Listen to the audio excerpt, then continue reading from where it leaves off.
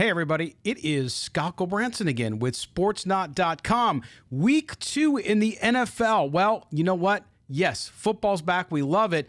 But isn't it crazy how every season, the first couple weeks, there's a bunch of surprises, both good ones and bad ones. Teams that you would never expect starting out 2-0 are 2-0, and teams that you would never expect starting out 0-2, well, guess what? They're reevaluating themselves right at the beginning of the season. So we're going to go through the top 5 storylines from week 2 in the NFL. So buckle up and hold on, because it's time to go. Story number 1, the Bengals and the Chargers. Who would have thought? Both are winless and 0-2.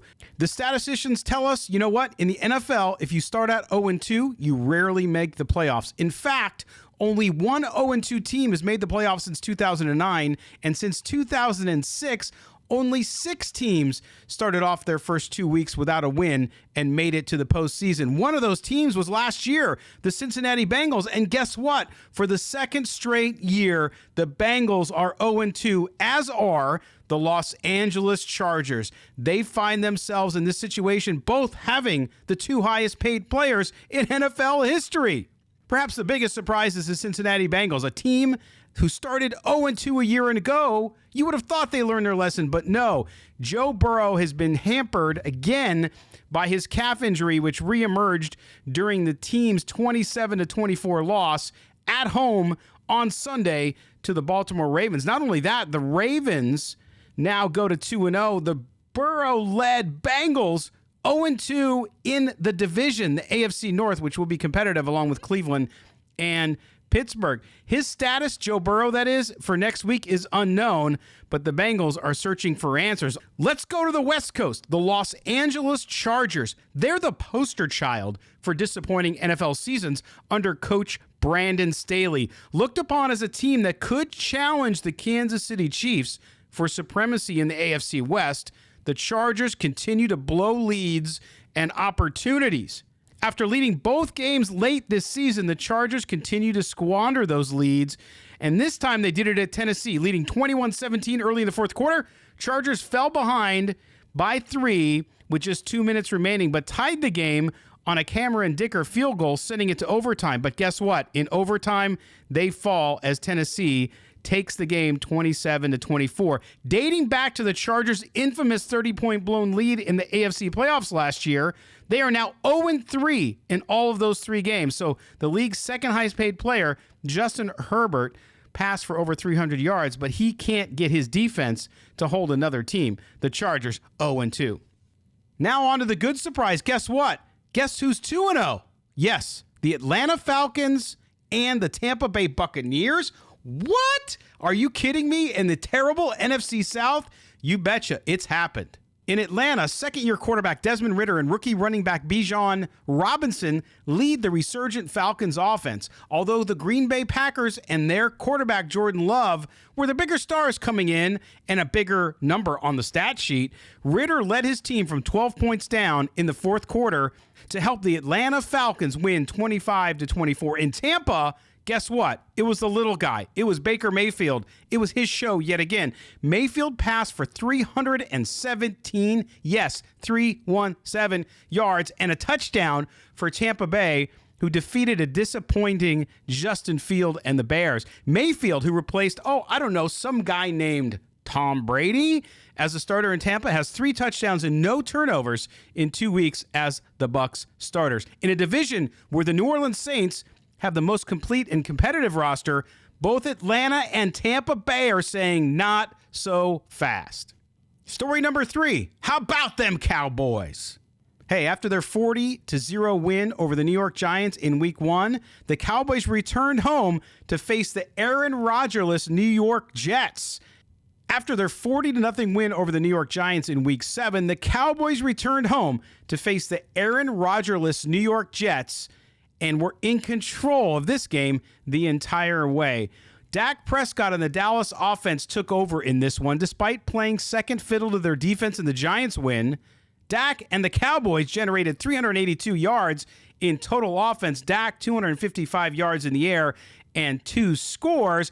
And he was going to C.D. Lamb a lot, who blew up against the Jets, 11 grabs for 143 yards on 13 targets.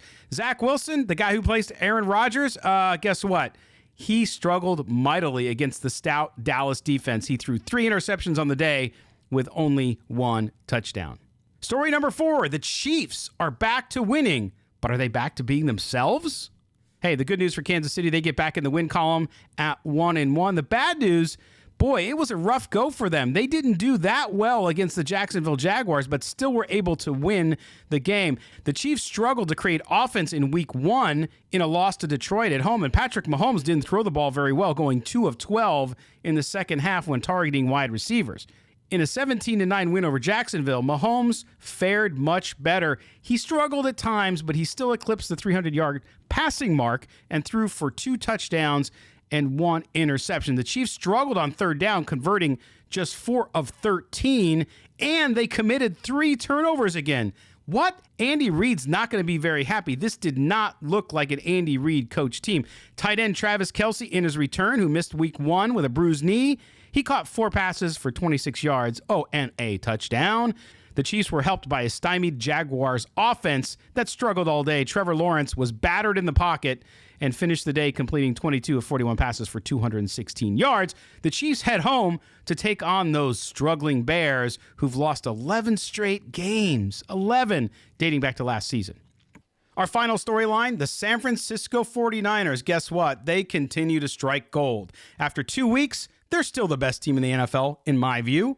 Facing NFC West rival Los Angeles on Sunday, the 49ers were faced with a tough Rams team that may be young, but is led by veteran and Super Bowl champion quarterback Matthew Stafford. The 49ers defense, well, guess what they did? They intercepted Stafford twice in critical situations, and the 49ers leading by just 3 points at 20-17 heading into the fourth quarter, and that's when Brock Purdy and Kyle Shanahan's offense grinded it out. San Francisco outscored LA 17-6 over the final quarter to win 30-23.